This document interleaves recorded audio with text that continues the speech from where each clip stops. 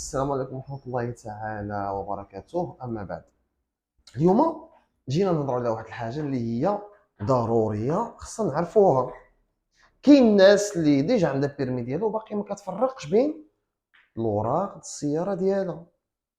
دونك حنا ان شاء الله باذن الله خصنا نعرفوا نميزو بيناتهم، نعرفوا الوراق د السيارة ديالنا شنو الفرق بيناتهم وكل وحده وشنو كتعني. مزيان. دوك حنا اللي عارفين اللي ملي كتمشيو تقراو بالنسبه للاسئله والكود في المدارس ديالكم، شنو في بالكم؟ في بالكم باللي الطوموبيل عندها اقل من 5 سنين كيكونوا عندها 4 الوراق، من 5 سنين الفوق كيكونوا عندها 5. مزيان مزيان، هي هذه الهضره. ولكن واش عارفين شنو هاد الوراق هادو؟ واش عارفين تميزوهم مع بعضياتهم او لا؟ مزيان.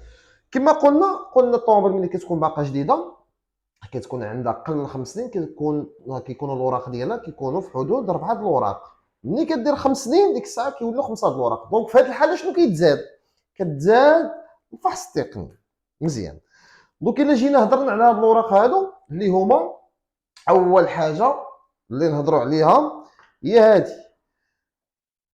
هذه البطاقه الرماديه. يعني هذه باقي بروفيزوار، كتكون اخرى بحال الكارطه يعني باقي ما خرجتش. اما كتكون هكا ملي كتكون الطوموبيل باقا جديده، ملي كدوز ديك شهرين يعني ملي كتمشي هاد البروفيزوار هذه كيعطيوك كارطه اخرى. مزيان. هذه البطاقه الرماديه. مزيان. شنو هذه؟ هذه شهاده تامين لاسورانس الشريف. واياك تسوق الطوموبيل ديالك بلا لاسورانس. واخا هذه شهاده تامين. مزيان. شنو هذه الضريبه. هذه الضريبه يا اخي. تجي تقول لي فوقاش كتخلص في البدايه ديال العام. واخا كتخلص في البدايه ديال العام. شنو باقي لنا؟ باقي لنا هذه.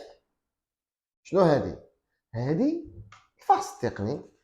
دونك اللي خصنا نعرفوا هذا الفحص التقني هذه فوقاش كدار. الفحص التقني كدار ملي كتكون الطوموبيل فايتها 5 سنين، غير كتوصل 50 ديك الساعه كيخصك دوز لها الفحص التقني. مزيان. كاين طوموبيلات اللي الفحص التقني ضروري ديرو من العام الاول. شنو هما الطوموبيلات هادو؟ السيارات التجاريه.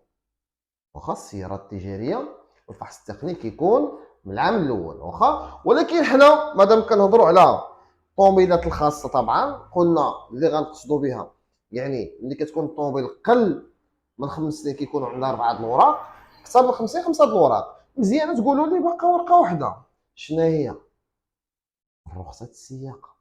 هي اللي دايره عليها هادشي كامل. واخا نشوفوا رخصه السياقه ديالنا عندنا هنايا اللي هي هذه.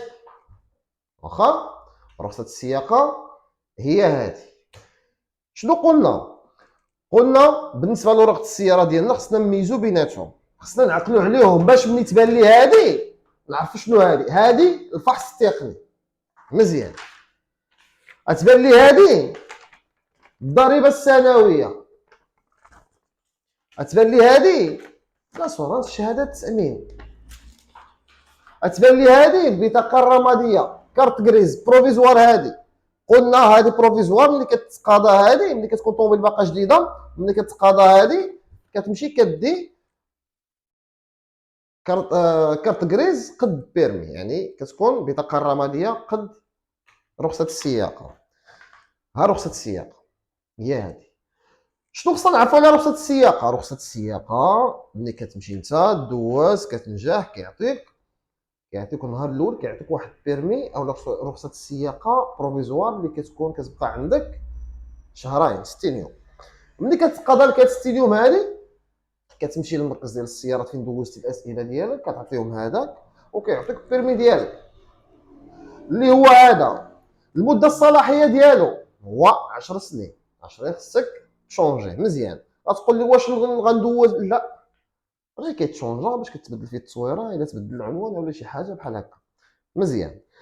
يعني حنا شحال من واحد كيقول لك اودي راه رخصه السياقه راه ما بقاش كيعطيو الابيض، راه 90 ما بقاتش. لا، حنا ملي كندورو على الفتره الاختباريه راه كتحسب عليك عامين، كتحسب عليك عامين من نهار اللي خديتي فيه البيرمي ديالك.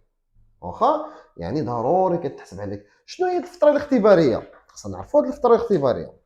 الفتره الاختباريه يا اخي هي اللي متعلقه بالرخصه السياقه ديالك، كتسمى رخصه السياقه باقه، يعني كتسمى بحال اذا باقي انت مبتدئ. يعني السرعه ديالك كتكون محدوده في شحال؟ في 90 كيلومتر في الساعه. يعني ملي كتكون انت باقي عندك رخصه سياقه جديده ما فايتش عامين، السرعه القصوى هي 90، سواء في طريق السيار سواء في طريق وطنيه. شنو اخر؟ حنا عارفين عندنا راه رخصه السياقه بالنقاط.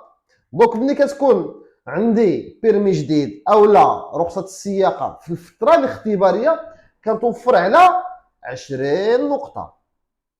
واخا غتقول لي شنو هاد النقاط هادو انا ما عارفهمش. هاد النقاط هادو راه كيتنقصوا مع المخالفات اللي كدير. واخا يعني ملي كتقاضى ديك عامين ديك الساعه كتولي محترف.